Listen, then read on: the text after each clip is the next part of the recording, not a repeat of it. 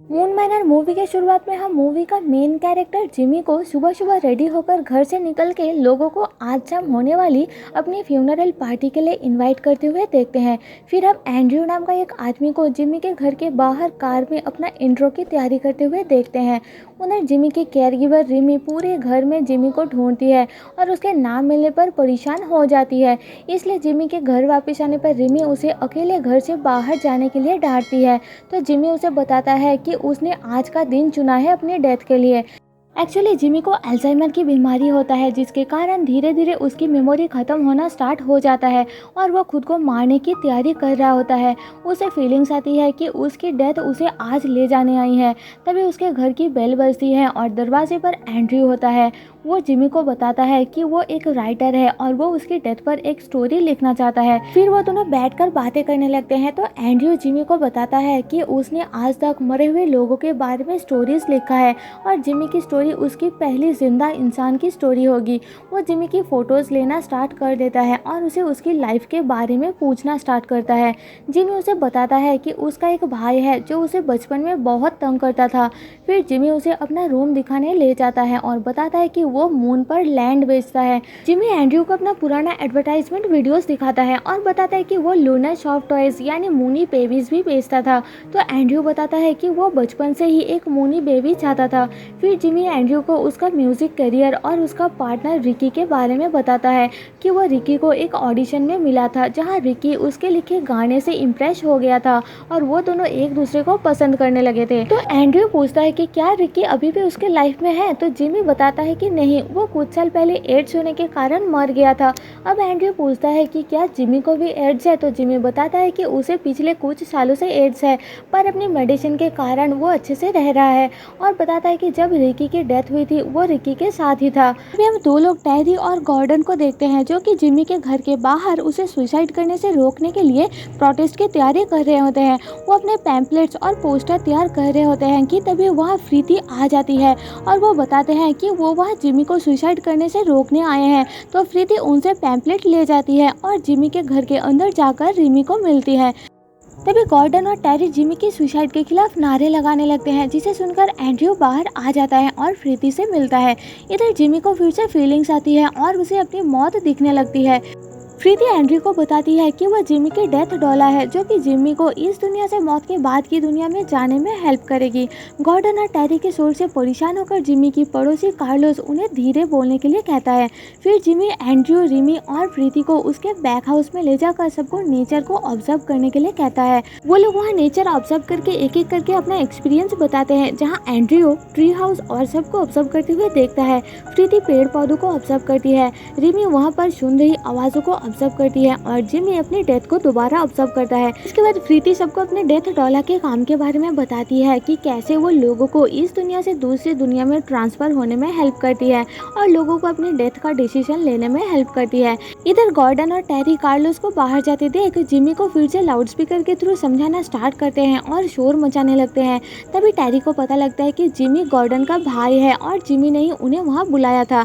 तभी उन दोनों का आवाज़ सुनकर कार्लोस वहाँ आ जाता है और फिर से उन्हें चुप रहने के लिए वार्न करता है और वहाँ से गुजरती एक लड़की के साथ टेरी का झगड़ा हो जाता है। फिर कार्लोस वो लड़की और उन दोनों को वहाँ से भगा देता है। इसके बाद एंड्रयू रिमी के साथ बात करता है और उसे बताता है कि वो उसे सही ढंग से रिप्रेजेंट करना चाहता है। वो दोनों जिमी से अपनी अटैचमेंट के बारे में बात करते हैं। जिमी प्रीति को बताता है कि वो अपने रूम में ही मरना चाहता है और चाहता है कि एंड्रयू उसके साथ रह के उसका फोटो ले। प्रीति कहती है कि पार्टी में बहुत से लोग होंगे, तो जब जिमी को लगे कि सही टाइम आ गया है तो वो प्रीति को एक इशारा करके बता दे ताकि वो उसे उसके रूम में ले आए। फिर जिमी का फ्रेंड स्लिक वहाँ आता है तो वो सब मिलके बातें करते हैं। स्लिक सबको बताता है कि कैसे वो जिमी को मिला और उनकी दोस्ती हुई। स्लिक सबको एक इंसिडेंट के बारे में बताता है कि कैसे जिमी ने उसे किस किया था। सब उसकी बात सुन के खुश होते हैं कि तभी जिमी अपनी बीमारी के चलते ये भूल जाता है और स्लिक को वो इंसिडेंट दोबारा बताने के लिए कहता है और सभी ये देख के दुखी हो जाते हैं। इधर टेरी गॉर्डन पर गुस्सा होता है कि उसने उसे क्यों नहीं बताया कि जिमी उसका भाई है, और उसे वापस जाकर जिमी का साथ देने के लिए कहता है। जिमी और उसके दोस्त एंड्रयू के काम के बारे में बातें कर रहे होते हैं कि तभी जिमी कोई वर्ड भूल जाता है और परेशान होने लगता है। तभी जिमी की पार्टी अरेंज करने के लिए जुआन और नॉक्स आते हैं। गॉर्डन और टेरी भी वहां पहुंच जाते हैं और बोलते हैं कि हम साथ देने के लिए आए हैं। जिमी को परेशान होते देख के रिमी और गॉर्डन उसे अपने कमरे में ले जाते हैं रेडी होने के लिए, और बाकी के लोग रात की पार्टी के लिए तैयार होते हैं। जिमी की ऐसी हालत देख के गॉर्डन परेशान होता है तो रिमी उसे समझाती है कि वो जल्दी ठीक हो जाएगा। जुआन और नॉक्स पार्टी की तैयारी कर रहे होते हैं। प्रीति टेरी को अपने काम के बारे में बताती है कि कैसे वो एक डेड पर्सन की आत्मा को इस दुनिया से अगली दुनिया में जाने में मदद करती है। इसके बाद गॉर्डन जिमी को समझाने की कोशिश करता है कि उसे अपनी लाइफ के लिए लड़ना चाहिए, जैसे उसकी मॉम लड़ी थी, ऐसे क्विट नहीं करना चाहिए। तो जिमी कहता है कि वो सब कुछ अपनी लाइफ में अपनी मर्जी से करता आया है और मरना भी अपनी मर्जी से चाहता है, तो गॉर्डन उसे ना समझाए तो ही अच्छा है। तभी जुआन आकर जिमी को रेडी करना स्टार्ट कर देती है तो गॉर्डन परेशान होकर वहां से चला जाता है। फिर जिमी जुआन को डेथ के बारे में पूछता है तो जुआन उसे बताती है कि वो भी अपनी ग्रैंड मदर की डेथ को लेकर बहुत दुखी थी। फिर जिमी रेडी होना स्टार्ट कर देता है तो उसे फिर से फीलिंग्स होने लगती है और उसे बहुत सारे जिमी दिखने लगते हैं जो उसे मरने से रोकते हैं। उधर एंड्रयू को पता लगता है कि उसके एडिटर ने जिमी की स्टोरी ड्रॉप कर दी है क्योंकि एक सुसाइड की स्टोरी काफ़ी कंट्रोवर्शियल है। जिमी की हालत बिगड़ने लगती है कि तभी एक बच्ची आकर उसे पार्टी के लिए ले जाने लगती है और पार्टी स्टार्ट हो जाती है। सभी नाचने गाने लगते हैं। फिर जिमी सबको पार्टी में आने के लिए थैंक्स बोलता है और सभी लोग जिमी के साथ जुड़े अपनी मेमोरीज और कैसे जिमी से मिले ये सब बताना स्टार्ट कर देते हैं।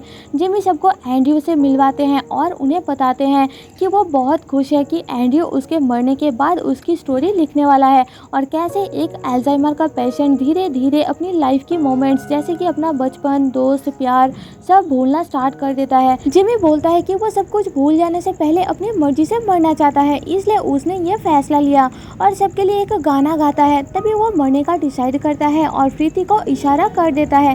एंड्रयू, रिमी और प्रीति उसे रूम में ले जाते हैं और उसकी डेथ की प्रोसेस स्टार्ट कर देते हैं। उधर हम गॉर्डन को देखते हैं जो कि अपनी कार में बहुत सैड होता है। एंड्रयू जिमी को बताता है कि उसकी एडिटर ने जिमी की स्टोरी ड्रॉप कर दी है तो जिमी एंड्रयू को बताता है कि वो उसकी स्टोरी जरूर लिखे, चाहे खुद लिखे। अगर स्टोरी अच्छा होगा तो लोगों तक पहुंच ही जाएगा। जिमी एंड्रयू को एक मून बेबी गिफ्ट करता है और धीरे धीरे मर जाता है जिससे सब लोग काफ़ी सैड हो जाते हैं। एंड्रयू और रिमी चले जाते हैं और प्रीति अपना काम शुरू कर देती है। एंड में हम रिकी और जिमी का एक म्यूजिक वीडियो देखते हैं और स्लीक को एक बुक का पार्सल आता है। वो बुक एंड्रयू ने जिमी के बारे में लिखा था। ये देख के स्लीक बहुत खुश होता है और मूवी यही ख़त्म हो जाती है। तो दोस्तों, जाने से पहले आपसे एक रिक्वेस्ट है कि एक्सप्लेनेशन पसंद आए तो प्लीज़ मुझे सपोर्ट करने के लिए चैनल को सब्सक्राइब और वीडियो को लाइक कर देना, जिससे मेरे चैनल को ग्रो करने में काफ़ी मदद हो जाएगी। मिलते हैं आपसे मेरे नेक्स्ट वीडियो में, तब तक के लिए stay safe and tata bye bye.